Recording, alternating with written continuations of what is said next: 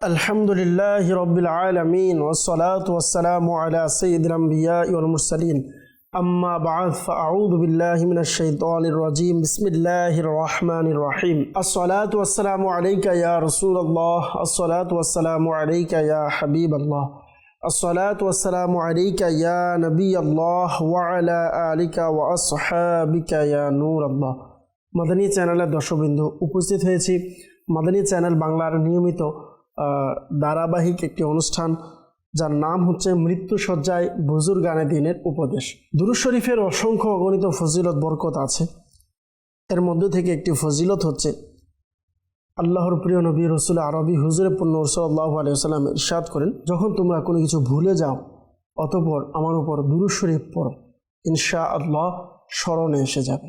সুবহানাল্লাহ। আসুন সকলে একবার মোহাব্বত সহকারে দুরূদ শরীফ পাঠ করে নিই। সাল্লু আলাল হাবিব সাল্লাল্লাহু তাআলা আলা মুহাম্মদ সাল্লাল্লাহু তাআলা আলাইহি ওয়াসাল্লাম। দর্শকবৃন্দ, আমরা গত পর্বে ক্ষমার বিষয়ে শ্রবণ করেছি। আজ ইনশাআল্লাহ কারীম রাগকে কন্ট্রোল করার বিষয়ে ইনশাআল্লাহ আমরা শ্রবণ করব ইনশাআল্লাহ কারীম। মাদানী চ্যানেলে আমরা শ্রবণ করেছি যে আল্লাহ পাক শবে বরাতের রাতে আল্লাহ পাক মানুষকে ক্ষমা করে দেয়, শবে মেরাজের রাতে আল্লাহ তাআলা অসংখ্য মানুষকে ক্ষমা করে দেয়, শবে কদরের রাতে রমজান মোবারকে অসংখ্য উম্মত যারা গুনাহগার, জাহান্নাম যার উপরে ওয়াজিব হয়ে গিয়েছে এমন ব্যক্তিদেরকে আল্লাহ পাক ক্ষমা করে দেন। কিন্তু কিছু ব্যক্তি এমন আছে যাদেরকে আল্লাহ পাক ক্ষমা করেন না কখনোই। এর মধ্যে একটি হচ্ছে যারা আত্মীয়তার সম্পর্ক ছিন্ন করে।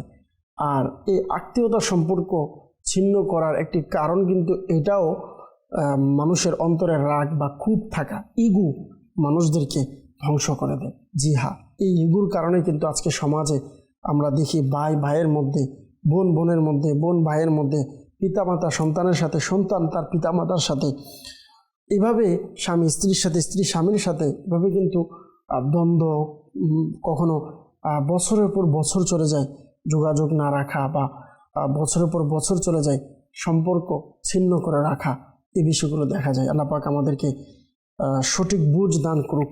শেখ আব্দুল কাদের জিলানী রহমাতুল্লাহি তাআলা আলাইহি খুবই চমৎকারভাবে একটি বাণী ইনি বলেছেন, অন্তরের নূর আমরা কিভাবে হাসিল করতে পারি। অন্তরের নূর বলতে কি বোঝায়? ইবাদতের প্রতি আগ্রহ আসবে, আল্লাহ পাকের প্রতি, তার হাবিবের প্রতি আগ্রহ আসবে, মহাব্বত আসবে, ইলমে দ্বীন এর প্রতি মহাব্বত, ভালোবাসা আসা, অর্থাৎ ভালো কাজের প্রতি মহাব্বত আসবে যখন অন্তরে নূর থাকবে, রুহানিয়ত থাকবে। এটা কিভাবে অর্জন করা যায়? হুজুর আব্দুল কাদের জিলানী আল গিলানী রহমতুল্লাহ তাআলা আলাইহির উপদেশ, ইনি বলেন যে অন্তরের পবিত্রতা চায় সে যেন মানুষের ভুল ক্ষমা করে দেয়। আমরা এটির উপরে যদি একটু চিন্তা করি, আজ তো আমরা এমন একটি সমাজে বাস করছি যে সমাজে শুধু ভুল ক্ষমা করবে তো অনেক পরে, ভুলকে ভিডিও করে ভাইরাল করা হয়, ফেসবুকে, ইউটিউবে, বিভিন্ন জায়গায় দেওয়া হয়। জি হ্যাঁ, তাদের এটা থেকে শিক্ষা নেওয়া উচিত। প্রিয় দর্শকবৃন্দ, তাহলে আমরা বুঝলাম যে বর্তমান সময়ে অনেকেই আছে আবার ফেসবুকে দেওয়ার পর এটা কিন্তু আমরা অনেকে না জেনে না বুঝে এটাকে শেয়ারও করি। তো আমরা যে শেয়ার করছি এটাকেও খেয়াল রাখা উচিত, আমাদের এই শেয়ারের মাধ্যমে কারো দুষ্ত্রুটি প্রকাশ পাচ্ছে কিনা, কেউ কষ্ট পাবে এমন কোনো বিষয় প্রকাশ পাচ্ছে কিনা। অনেক সময় আমার শত্রুর কোনো ভিডিও যেটার মধ্যে তার অসম্মানী হবে, যেটাতে সে লাঞ্ছিত হবে, এমন ভিডিও যদি পেয়ে যায় তাহলে এটাকে ফেসবুকে ভাইরাল করার পিছনে লেগে যে আমরা শেয়ার করছি, এটাতে কমেন্টস করছি, বিভিন্ন কিছু চিহ্ন ব্যবহার করে মানুষের কাছে যেন ভাইরাল হয়ে চেষ্টা করি আমরা বিষয়টা। এটা কিসের থেকে? অন্তরের ক্ষোভের কারণে। আমি তাকে ক্ষমা করতে পারছি না, তার যতক্ষণ পর্যন্ত লাঞ্ছনা না আসবে আমার কাজ চালিয়ে যেতে হবে। এমন যাদের অভ্যাস আছে তাদের কিন্তু এটা বোঝা উচিত যে হুজুর গাউসে পাক রহমতুল্লাহি তাআলা আলাইহি কীভাবে আমাদেরকে শিক্ষা দিলেন, উপদেশ দিলেন।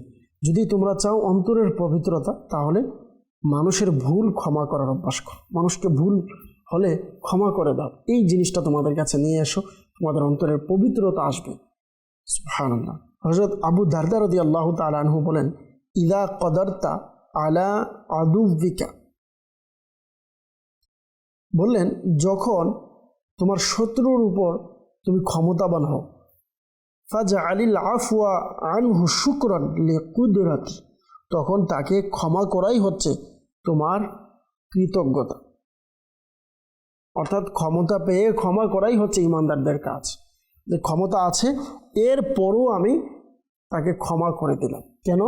আমি চাইলে এটাকে আমি তার ভিডিওটা ফেসবুকে ছেড়ে ভাইরাল করতে পারি, তার যদিও এটা সে অপরাধ করেছে, যদিও সে খারাপ কোনো কাজ করে ফেলেছে, তার যেন অসম্মানী হয়, চাইলে এটা করতে পারি। তো একজন মুমিনের কাজ হবে কি, ক্ষমতা থাকার পরও সে ক্ষমা করে দাও। আল্লাহ পাকের নেককার বান্দা ইমাম গাজ্জালী রহমতুল্লাহ তাআলা আলাইহি খুবই, যাকে রুহানি ডাক্তার বলা হয়, আমাদের দুনিয়া আখিরাতে চলার ক্ষেত্রে ইনার বাণী খুবই চমৎকার বাণী হয়ে থাকে। অনেক অমূল্য বাণী আমাদের জন্য ইনি রেখে গিয়েছেন, যার কিতাব পড়লে আপনার অন্তরের চিকিৎসা হবে, অন্তরের রোগ বিমারি দূর হবে। জি হ্যাঁ, আমাদের আত্মিক যে রোগ আছে, রোগকে যদি পরিষ্কার করতে চাই তাহলে আমাদেরকে ইমাম গাজ্জালী আলাইহির রহমার কিতাব পাঠ করা উচিত।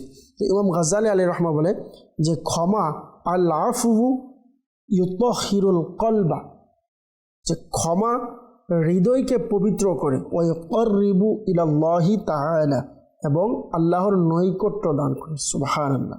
তাহলে বোঝা গেল হিংসা দূর করার শ্রেষ্ঠ ঔষধ, অন্তর থেকে যদি হিংসা দূর করতে চান তার সবচেয়ে সুন্দর ওষুধ যেটা, এটার নাম হচ্ছে কি ক্ষমা। মানুষকে ক্ষমা করে দেওয়া। হৃদয়কে যদি আমরা পবিত্র করতে চাই তাহলে মানুষকে ক্ষমা করতে হবে, এবং যদি চাই আল্লাহ পাকের নৈকট্য অর্জন করি তাহলে আমাদেরকে মানুষকে ক্ষমা করার বিষয়ে আমাদেরকে অবশ্যই সজাগ দৃষ্টি থাকতে হবে। আল্লাহ পাক আমাদের সকলকে আমল করার তৌফিক দান করুক। আমিন। সাল্লু আলাল হাবিব সাল্লাল্লাহু তাআলা আলা মুহাম্মদ সাল্লাল্লাহু তাআলা আলাইহি ওয়াসাল্লাম। মাদানী চ্যানেলের দর্শকবৃন্দ, ক্ষমার বিষয়ে অসংখ্য হাদিসে মুবারাকা আমরা পূর্বে শুনেছি। ক্ষমার থেকে বাঁচার জন্য আলহামদুলিল্লাহ আমরা অসংখ্য আয়াত শুনেছি, হাদিস শুনেছি। আসুন আজকে একটি আয়াতে মুবারক আমরা শ্রবণ করি। আল্লাহ পাক রব্বুল আলামিন সূরা আলে ইমরানের 134 নং আয়াতে মুবারকার মধ্যে ইরশাদ করেছেন, বিসমিল্লাহির রহমানির রহিম, ওয়াল কাযিমিনাল গায়যা ওয়াল আফিনা আনিন নাস ওয়াল্লাহু ইউহিব্বুল মুহসিনিন। রাগ দমনকারীগণ এবং মানুষকে ক্ষমাকারীগণ আল্লাহ পাকের প্রিয় মাহবুব বান্দা। সুবহানাল্লাহ। দর্শকবৃন্দ, আমরা শুনলাম যে আল্লাহ পাকের কেমন মাহবুব বান্দা তারা, যারা মানুষকে ক্ষমা করে। আল্লাহু আকবার। যেমন আমাদের পূর্ববর্তী বুজুর্গানে দিন যারা রয়েছেন, আমরা অনেকেই শুনেছি, বারবার শুনি। তো বারবার বলার উদ্দেশ্য যেন আমরা এই জিনিসগুলো আমাদের অন্তরে বসে যায়। আমরা এই ঘটনাটা অনেকেই জানি, শুনেছি যে হযরত সাইয়েদনা মালিক বিন দিনার রহমতুল্লাহ তাআলা আলাইহি ইনি একটি ঘর ভাড়া নিয়েছিলেন, এবং উক্ত ঘরের পাশে সংযুক্ত একজন ইহুদির ঘর ছিল। সে মুসলমান না, একজন ইহুদি ছিল, অমুসলিম ছিল। তো ওই ইহুদি হিংসা বশবর্তী হয়ে নালার মাধ্যমে ময়লা পানি এবং নাপাক বস্তু তার রহমতুল্লাহ তাআলা আলাইহির পবিত্র আঙ্গিনায় নিক্ষেপ করতেন। তিনি রহমতুল্লাহ তাআলা আলাইহি সবসময় নিশ্চুপ থাকতেন, যদিও তার ঘরের সামনে ময়লা দিচ্ছে, তার নিজের ঘর, ইহুদির ঘরের সকল ময়লা আবর্জনা এগুলো মালিক বিন দিনার রহমতুল্লাহ তাআলা রুমের সামনে ফেলছে। তো পরিশেষে একদিন সে নিজেই আসলেন এবং মালিক বিন দিনার রহমতুল্লাহ তাআলা আলাইহির কাছে আরজ করলেন, আমার নালা দিয়ে আসা নাপাকির কারণে আপনার কি কোনো অভিযোগ নেই? আমি তো কোনো অভিযোগ আপনাকে করতে দেখছি না, আপনি তো কিছু বলছেন না, কারণ কি? তখন ইমাম মালিক বিন দিনার রহমতুল্লাহ তাআলা আলাইহি খুবই চমৎকারভাবে নম্রতার সাথে বললেন যে নালা থেকে যে ময়লা আবর্জনা আসে তা ঝাড়ু দিয়ে আমি পরিষ্কার করে ফেলি। ইহুদি বলল, আপনার এত কষ্ট হওয়ার পরেও আমার প্রতি কি আপনার রাগ আসে না? তিনি বললেন যে রাগ তো আসে, তবে আমি দমন করে ফেলি, কেননা পবিত্র কুরআনুল কারীমের মধ্যে আল্লাহ পাক ইরশাদ করেছেন যে রাগ দমনকারীগণ এবং মানুষকে ক্ষমাকারীগণ আল্লাহর প্রিয় মাহবুব বান্দা।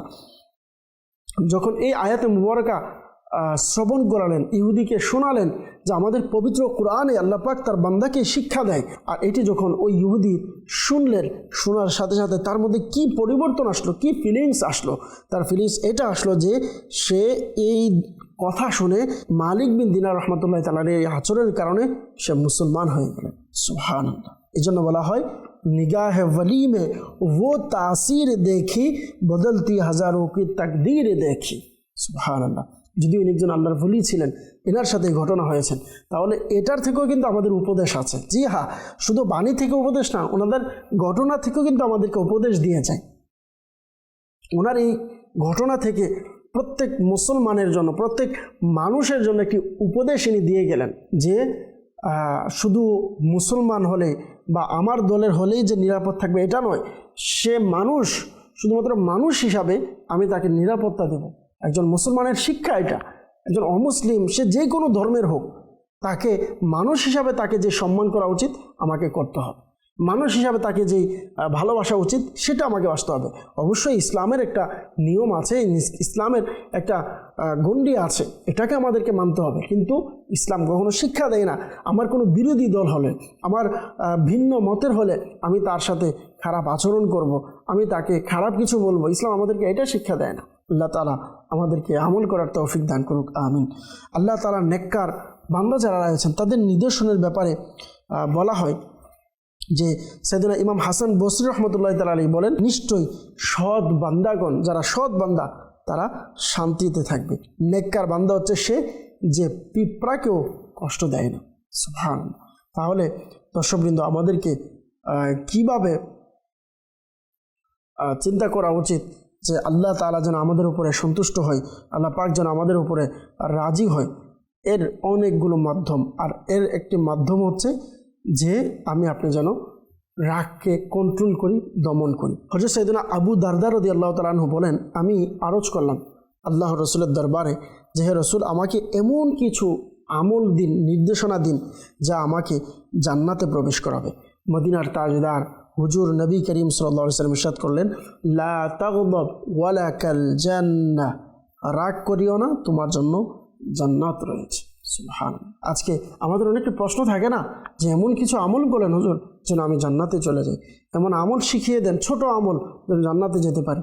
জি হ্যাঁ, অনেক ছোট, এটাতে কোনো কষ্ট হবে না, আপনাকে শারীরিক কোনো কষ্ট করতে হবে না। হ্যাঁ, নিজেকে কন্ট্রোলের জন্য একটু ধৈর্য ধরতে হবে। তো আমাদের উচিত হচ্ছে যদি কার উপর রাগ আসে, একটু আল্লাহ পাককে ভালোবেসে মহাব্বত করে এই হাদিসটা যদি আমরা মনে রাখতে পারি এবং এর উপরে আমল করার যদি আমাদের মন মানসিকতা নিজেকে করতে পারি, ইনশাআল্লাহ কারীম আল্লাহ পাক চাইতে দুনিয়া আখিরাতে আমরা ইনশাআল্লাহ কামিয়াবি অর্জন করতে পারবো।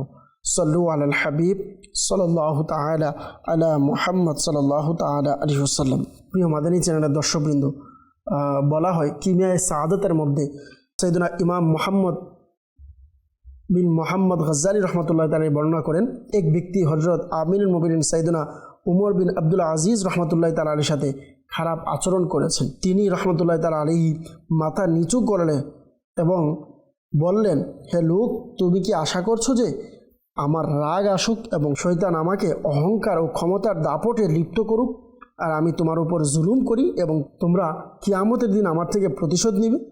আমি তা কখনোই হতে দিব না। এই বলে তিনি চুপ হয়ে গেলেন। আমরা তো অনেক সময় ক্ষমতার দাপট দেখে, আমাকে চিনো, আমি কে, আমি কোন বংশের জানো, আমি কোন জায়গায় আছি জানো, আমার দায়িত্ব কি জানো, আমার স্ট্যাটাস কোথায় আছে তোমার জানা আছে, আমি তোমাকে কোথায় নিয়ে যেতে পারি তোমার জানা আছে, তোমার কি কি বিচার আমি করতে পারি এটা তুমি কল্পনাও করতে পারবে না, এমন দাপট আমরা দেখাই। তো আমাদেরকে এর থেকে শিক্ষা নেওয়া উচিত। উমর বিন আব্দুল আজিজ রহমতুল্লাহ তাআলা আলাইহি ক্ষমতার দাপট দেখাননি, বরং আল্লাহ পাকের মহব্বতে ক্ষমা করে দিয়েছেন। সল্লু আলাল হাবিব সাল্লাল্লাহু তাআলা আলা মুহাম্মদ সাল্লাল্লাহু তাআলা আলাইহি ওয়াসাল্লাম। এক ব্যক্তি দোয়া করছিল যে হে আল্লাহ, আমার কাছে দান সৎকার করার জন্য কোনো সম্পদ নেই, তবে যে মুসলমান আমাকে অসম্মানী করবে আমি তাকে ক্ষমা করে দিলাম। প্রিয় নবী রসুল আরবি হুজুরপুর নূর সাল্লাল্লাহু আলাইহি সাল্লামের উপর ওয়াহি আসলো, আমি ওই বান্দাকেও ক্ষমা করে দিলাম। সুবহানাল্লাহ। সে অগ্রিম মানুষকে ক্ষমা করে দিলেন, আল্লাহ পাক তার সাথে সাথে এর বদলা দিলেন যে আল্লাহ তাকে ক্ষমা করে দিলেন। সুবহানাল্লাহ। আল্লাহ পাক আমাকে, আপনাকে, আমাদের সকলকে কন্ট্রোল করার তৌফিক দান করুক, আমিন। আমাদের এই চ্যানেলের দর্শকবৃন্দ, যখন রাগ আসবে আমাদের কিছু কাজ করা উচিত। সেটা হচ্ছে রাগ, যাদের বেশি রাগ হয় বা বেশি রাগের অভ্যাস অনেকে আছে যাদের কন্ট্রোল করতে পারে না, তারা চলতে ফিরতে কখনো কখনো ইয়া আল্লাহু ইয়া রহমানু ইয়া রহিমু এটি পাঠ করতে পারবেন, অথবা চাইলে ইয়া আরহামার রাহিমিন, ইয়া আরহামার রাহিমিন এই জিকিরগুলো করবেন। আল্লাহ চাইতে ইনশাআল্লাহ এর মাধ্যমে আপনাদের রাগ কন্ট্রোল করা, রাগ কমে যাবে ইনশাআল্লাহ। ইয়া আল্লাহু ইয়া রহমানু ইয়া রহিমু এভাবে চলতে ফিরতে পড়তে পারেন। আরও রাগের অসংখ্য চিকিৎসা রয়েছে। রুহানি চিকিৎসার ক্ষেত্রে যদি আমরা দেখি, বলা হয় যদি আউযু বিল্লাহি মিনাশ শাইতানির রাজিম পাঠ করা হয় এবং ওয়ালা হাওলা ওয়ালা কুওয়াতা ইল্লা বিল্লাহ এভাবে যদি দোয়া পাঠ করেন, ইনশাআল্লাহ কারীম রাগ দমন করতে পারবেন ইনশাআল্লাহ। নিশ্চুপ থাকবেন, ইনশাআল্লাহ রাগ দমন হবে। উজু করে নেবেন, রাগ আসলে নাকে পানি দিবেন, দাঁড়ানো অবস্থায় থাকলে বসে যাবেন, যার উপর রাগ আসবে তার সামনে থেকে সরে যাবেন। চিন্তা করবেন যে আমি যদি রাগ করি তাহলে অপরজনও রাগ করবে এবং প্রতিশোধ গ্রহণ করবে, আর শত্রুকে কখনো দুর্বল মনে করা উচিত না। আল্লাহ পাক আমাদের সকলকে রাগ দমন করার তৌফিক দান করুন। দর্শকবৃন্দ, আজ আমরা শুনলাম যে রাগ কিভাবে দমন করা উচিত, করলে কি ফায়দা, কি ফজিলত। গত এপিসোডও আমরা শুনেছি, আজকের এপিসোডও আমরা শুনলাম। গত এপিসোডে ক্ষমা মার্জনার ফজিলত শুনেছি, আজকে রাগের ব্যাপারে শ্রবণ করলাম। তো আসুন আমরা নিয়ত করি ইনশাআল্লাহ কারীম আমাদের যতটুকু সম্ভব, অবশ্যই যেখানে শরীয়ত অনুমতি দিবে সেখানে আমরা রাগ দেখাবো, অন্যথায় ইনশাআল্লাহ কারীম আমরা রাগের দমন করার চেষ্টা করব। আল্লাহ পাক আমাদের সকলকে আমল করার তৌফিক দান করুক। যারা আমাদের সাথে দেশে এবং দেশের বাহিরে যেখান থেকে আমাদের সাথে এতক্ষণ যুক্ত ছিলেন, আপনাদের সকলের মোবারকবাদ জানাচ্ছি, আপনাদের সকলের শুকরিয়া আদায় করছি। বিশেষ করে আমার ওই সকল দর্শকেরা যারা এই অনুষ্ঠানকে নিয়মিত দেখেন, আপনাদের সকলের শুকরিয়া আদায় করছি। আল্লাহ পাক আপনাদেরকে বরকত দান করুক। সকলে ভালো থাকুন, সুস্থ থাকুন, মাদানী চ্যানেল দেখতে থাকুন। সাল্লু আলাল হাবিব সাল্লাল্লাহু তাআলা আলা মুহাম্মদ সাল্লাল্লাহু তাআলা আলাইহি ওয়াসাল্লাম।